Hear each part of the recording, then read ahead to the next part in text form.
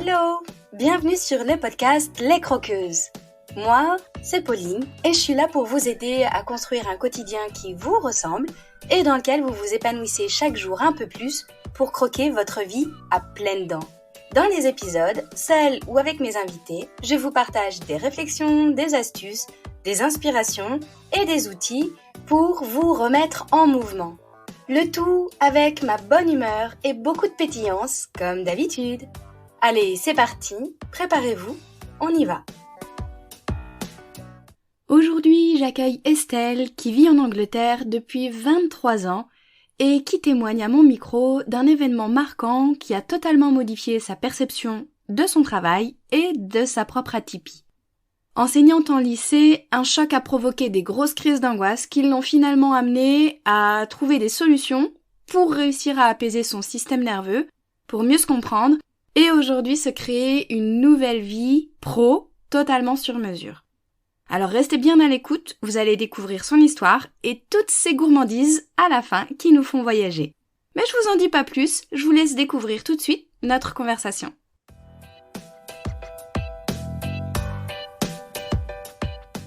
Salut Estelle, j'espère que tu es heureuse d'être avec moi autant que moi je suis de te retrouver aujourd'hui parce que ça faisait un moment qu'on avait échangé toutes les deux et c'est le grand jour, tu es sur le podcast des Croqueuses parce que tu as quelque chose à nous partager, que tu as traversé des moments difficiles, intenses ou douloureux et surtout que tu as traversé tout ça et qu'aujourd'hui en fait tu construis avec. Justement, tu vas tout nous raconter, nous expliquer ce qui se passe pour toi à partir de ces expériences. Et pour commencer, je propose que tu te présentes brièvement pour que nos auditrices te connaissent. Salut Pauline, je suis ravie d'être là. Merci de faire ce beau podcast. Alors oui, moi c'est Estelle Kéribin et je suis thérapeute psychocorporelle, spécialité trauma et régulation du système nerveux. Et je suis également formatrice pour les accompagnants des troubles du comportement alimentaire. Donc voilà ce que je fais. En fait, j'accompagne tous les atypiques à connaître leur système nerveux et à mieux se réguler. Super. Et je crois aussi, Estelle, que nous sommes séparées par une mère, toutes les deux. Oui, c'est ça, oui. En fait, j'habite à Sheffield, en Angleterre. C'est un peu au nord de Londres, à 2 heures.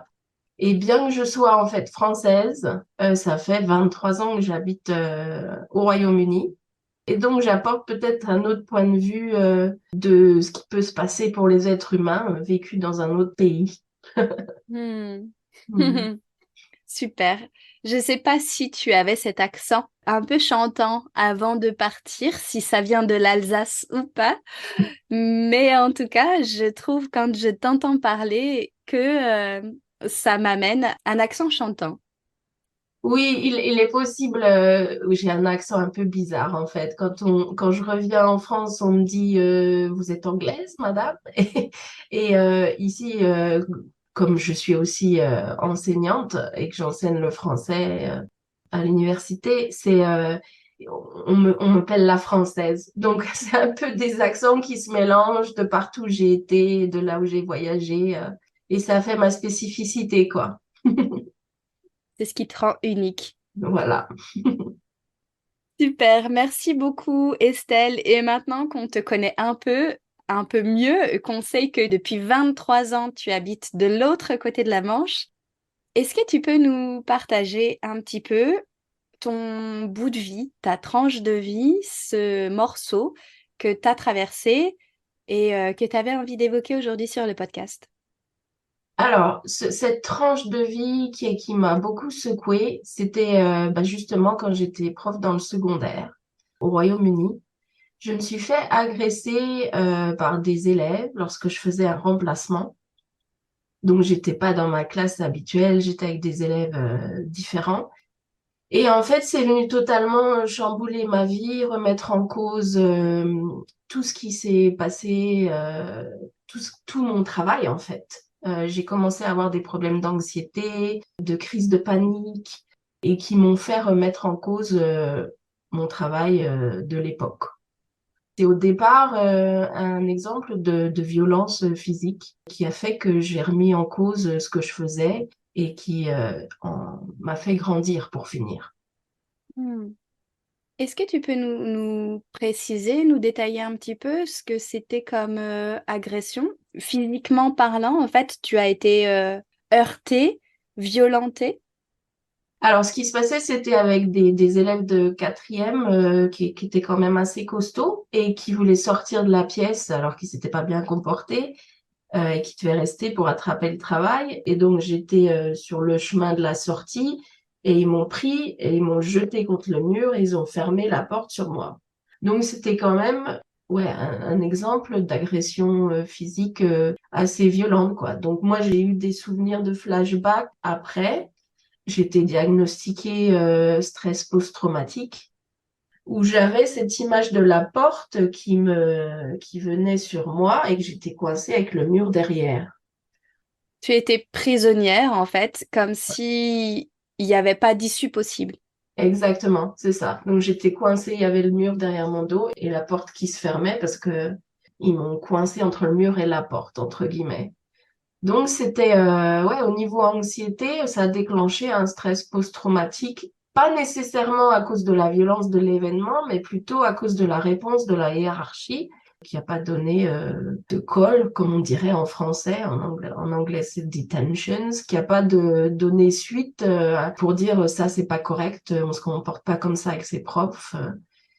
Donc, c'est pas l'événement lui-même qui m'a traumatisée, c'est la réponse de la hiérarchie derrière qui a fait que je me sentais plus en sécurité dans mon travail. Hmm. Et c'est comme si, avec cette réponse de la hiérarchie, ça niait la souffrance et le trauma que ça a généré chez toi.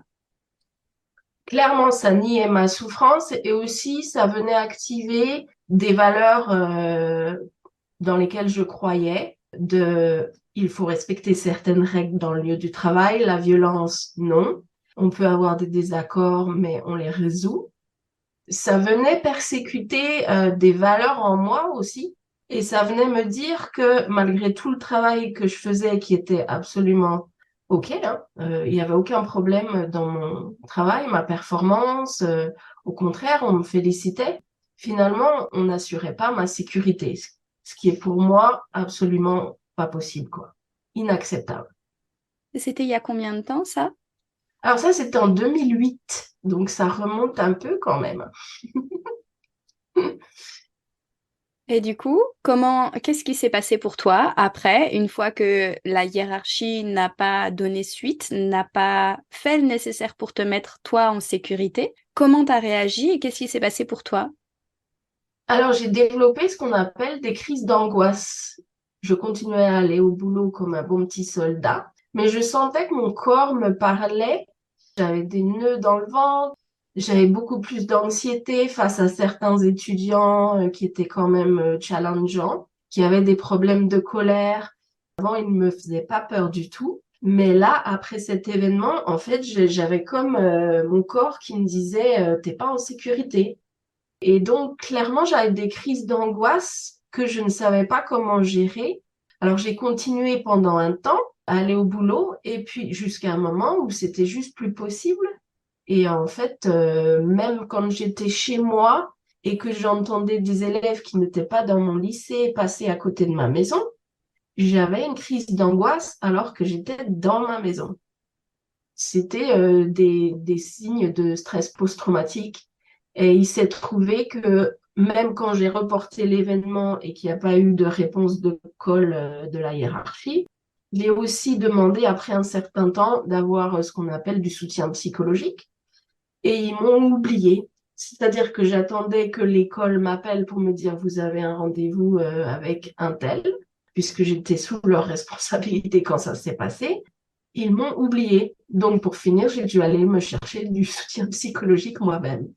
Et donc, arrêter pendant un temps d'aller à l'école. Oui. Donc, tu as stoppé ton activité de prof dans laquelle tu te sentais pas du tout en sécurité, surtout qui réactivait ce stress traumatique. Tu as arrêté et tu t'es pris en charge de ton côté par toi-même, c'est ça?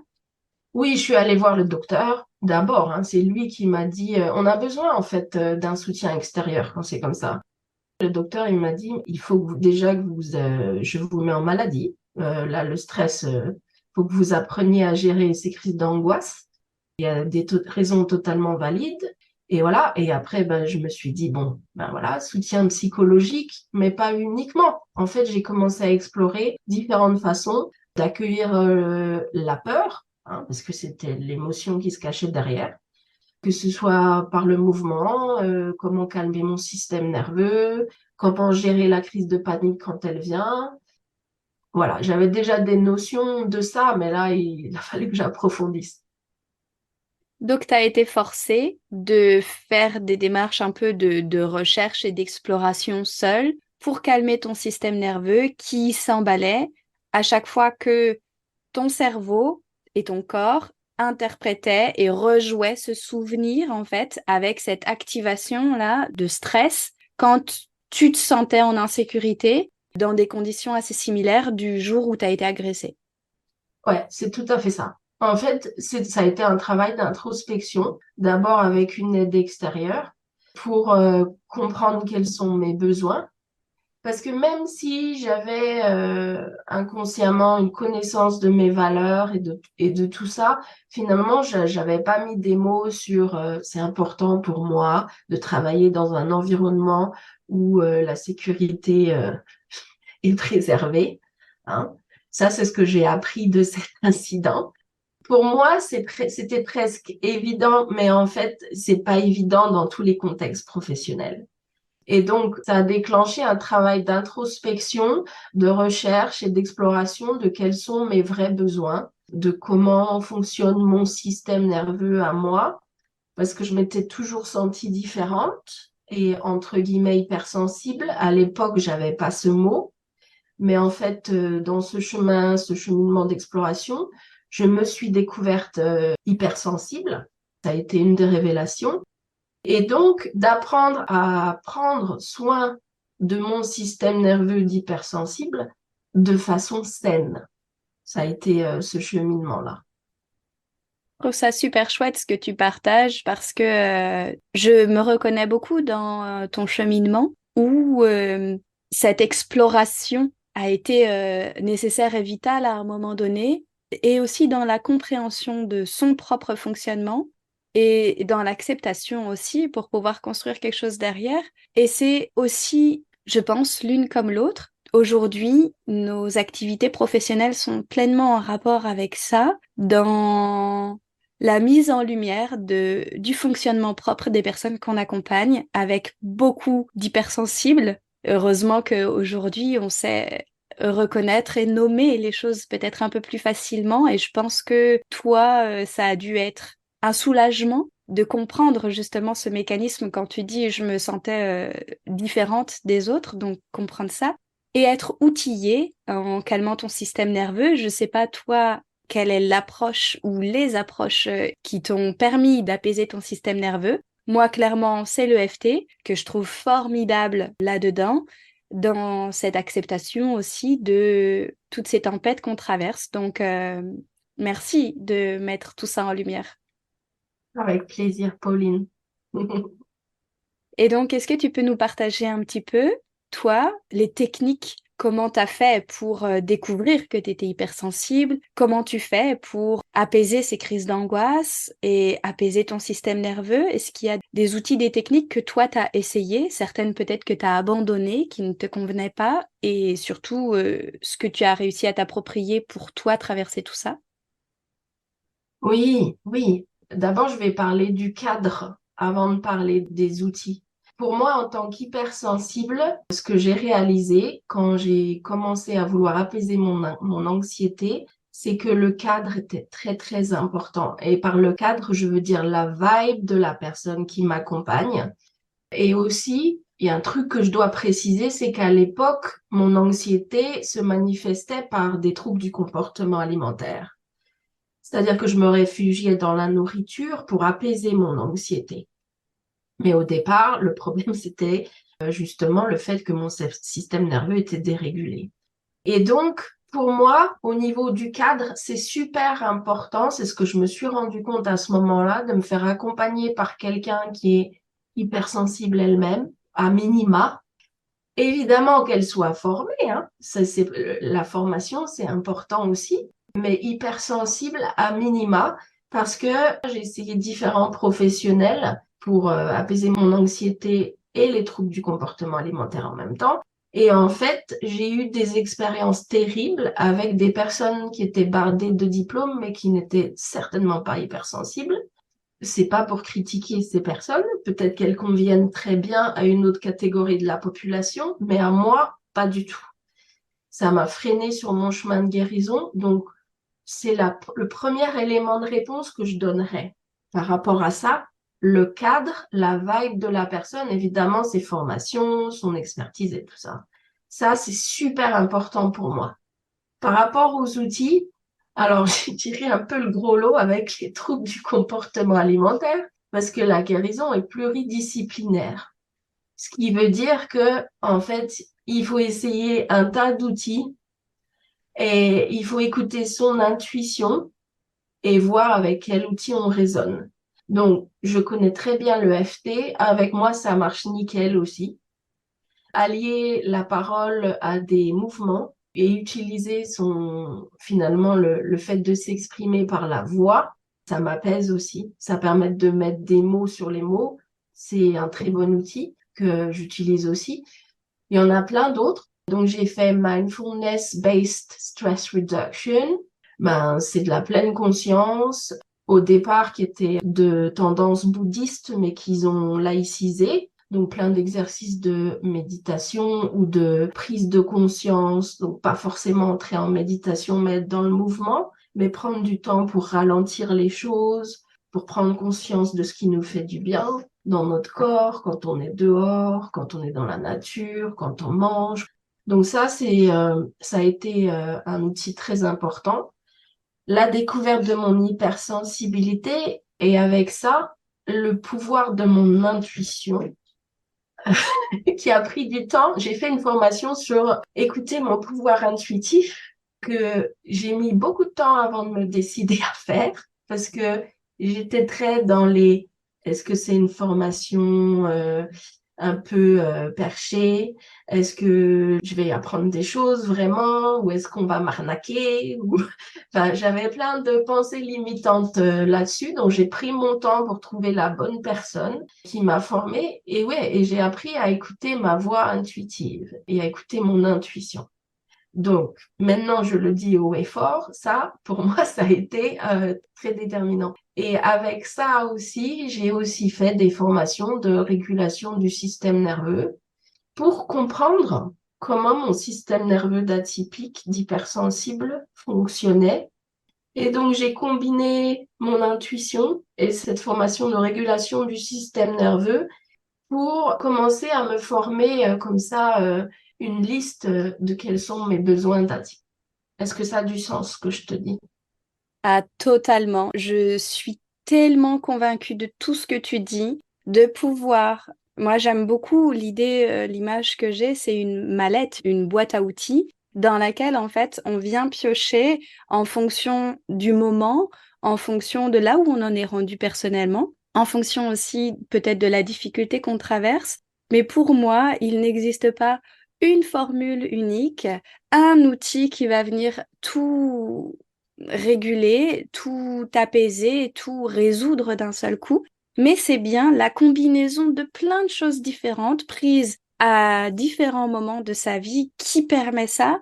J'aime aussi cette image de pièces de puzzle. Du coup, dans une des premières pièces de puzzle, ça a été ta méditation de pleine conscience. Ça a été peut-être aussi justement cette formation sur ton intuition. Ça a été certainement le FT, plus cette formation sur le système nerveux. Et si tu n'avais eu qu'une seule pièce de puzzle, tu n'aurais pas eu la réponse nécessaire pour mieux te comprendre toi et fonctionner. Et puis c'est bien toutes ces pièces de puzzle emboîtées les unes avec les autres qui font le résultat final aujourd'hui, qui fait que des années après, tu as réussi à traverser tout ça.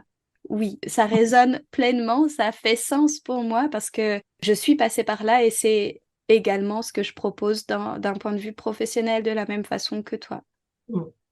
C'est exactement ça. Et pour les atypiques, c'est important en fait qu'ils se donnent l'autorisation d'aller explorer ça, qu'il n'y a pas une recette définie avec une structure bien rigide.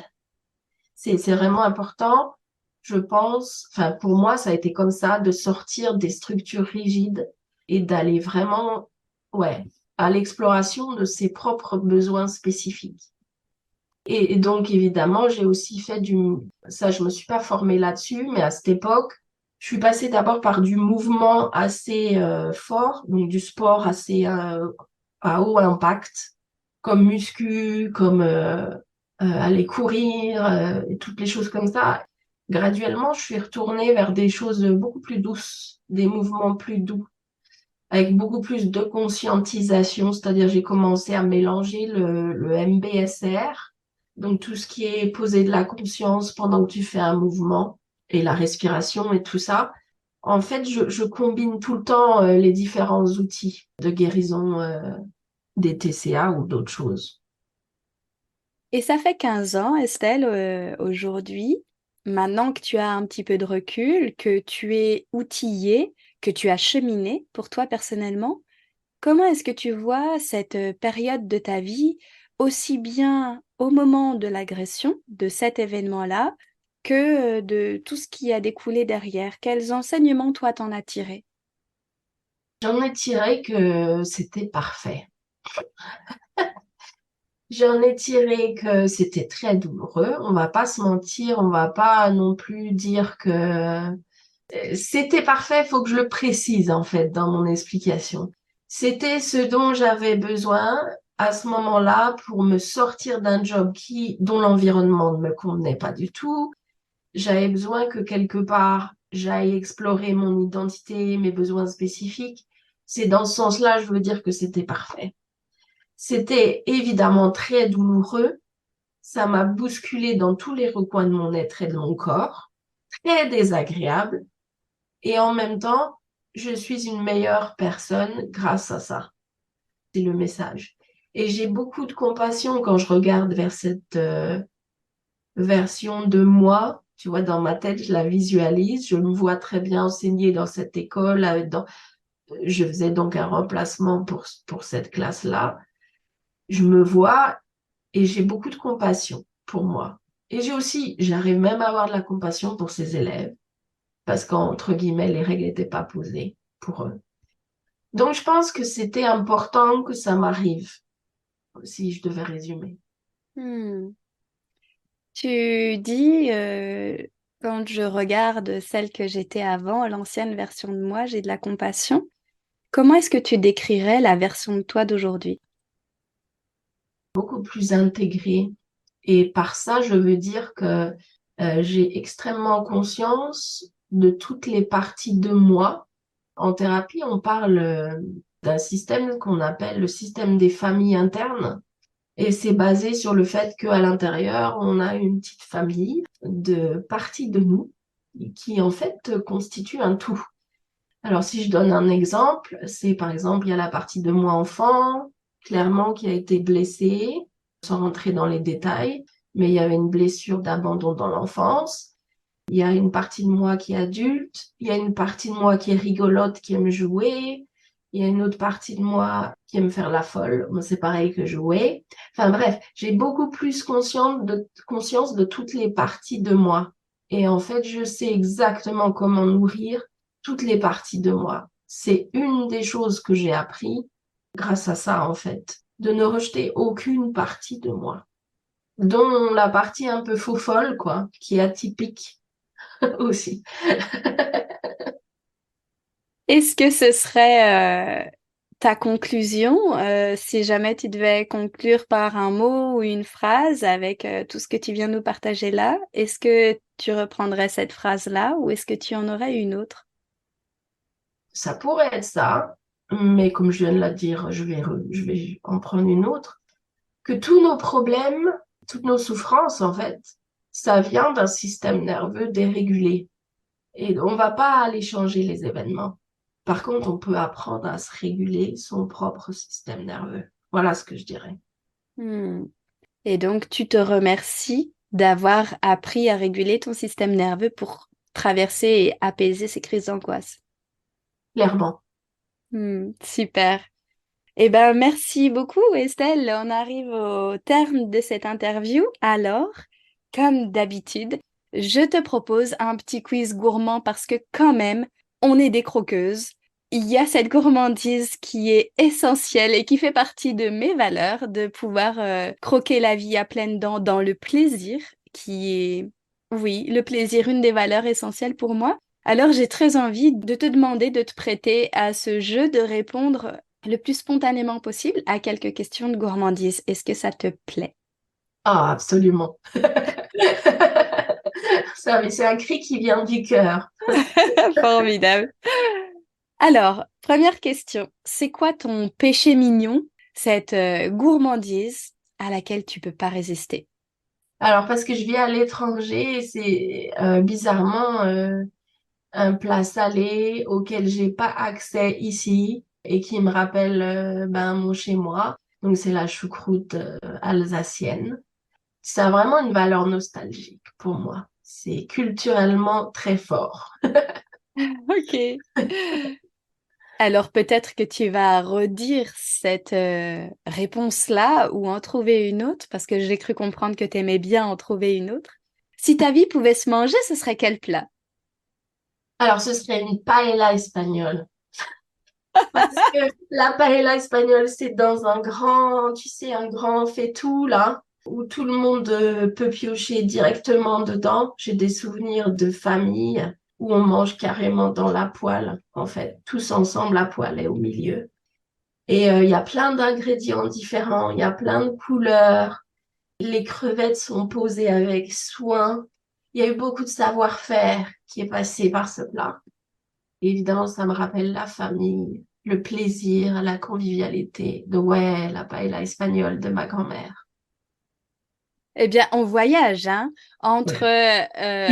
les 23 années que tu as passées au Royaume-Uni, la choucroute alsacienne et la paella espagnole. Merci de nous faire voyager, Estelle. Avec plaisir, c'est la richesse de la planète. Est-ce que tu es plutôt thé, café, bière, eau ou vin? Alors moi, je suis plutôt thé. Alors là, on voyage en Angleterre. C'est vrai. Ouais, mais thé vert, matcha et diversité dans les infusions pour qu'elles soient médicinales et que justement elles répondent à mes besoins du moment. Ok. Toujours dans cette idée de s'adapter à ses besoins. Ouais, et de prendre soin de soi. Ouais, c'est ça. Hmm. Est-ce que tu es plutôt radis, hamburger, falafel ou bourguignon? Est-ce qu'on va continuer de voyager? Et falafel, ouais, on va au Maroc. Ouais, je suis née au Maroc. Donc falafel, les épices, le côté un peu différent, sortir des cadres de la cuisine française. Ok. Ouais.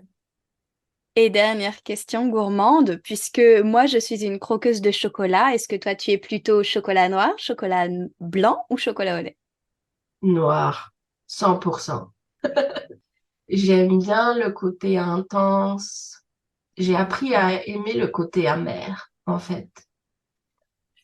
Un grand merci Estelle d'être venue aujourd'hui nous partager un petit bout de ton histoire, qu'on apprenne à mieux te connaître et qu'on découvre aussi un petit peu toutes ces pièces de puzzle que tu as emboîtées pour aujourd'hui être cette version qui connaît toutes ses parties internes.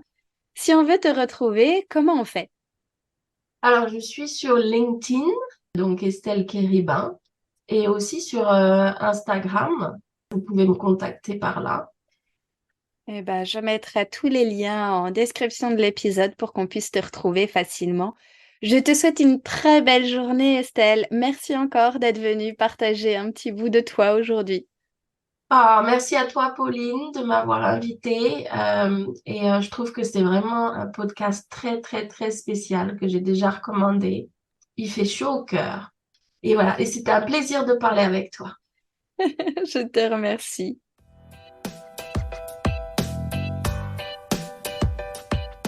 Et voilà les croqueuses, c'est la fin de cet épisode. Merci à vous d'avoir écouté jusqu'au bout. Si vous avez trouvé la gourmandise de mon invité, n'hésitez pas à m'envoyer un message ou un commentaire. C'est toujours un plaisir de vous lire. Si cet épisode vous a plu, qu'il vous a apporté un peu d'énergie, d'élan et de la valeur, si vous vous dites que ce serait bien que d'autres femmes puissent l'écouter, n'hésitez pas à le partager et à le noter sur votre plateforme d'écoute favorite. C'est très rapide. Notez le podcast en mettant des étoiles, ça l'aidera énormément à être visible pour qu'il touche encore plus de croqueuses. Et merci à toutes celles qui le font déjà. Vous pouvez aussi vous abonner pour être certaine de ne pas rater les prochains épisodes en solo ou avec mes invités. Je vous souhaite une super journée ou soirée, où que vous soyez, avec gourmandise bien sûr. À la semaine prochaine pour une nouvelle dose de pétillance, d'inspiration et de bonne humeur.